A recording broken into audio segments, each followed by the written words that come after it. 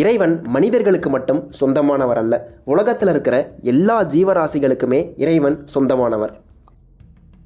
எத்தனையோ கோயிலில் சிவபெருமான பல மனிதர்கள், ரிஷிகள், மகான்கள்னு எத்தனையோ பேர் வணங்கி முக்தி அடைஞ்சிருக்காங்க. ஆனால் இன்னைக்கு நம்ம போக போகிற கோயிலில் இறைவனை ஒரு யானையும் சிலந்தையும் வழிபாடு செஞ்சு முக்தி அடைஞ்சிருக்கு.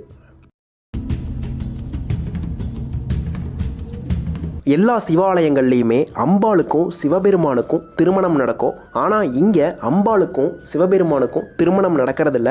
இங்கே அம்பாள் சிவபெருமானுக்கு மாணவியாக இருக்காங்க.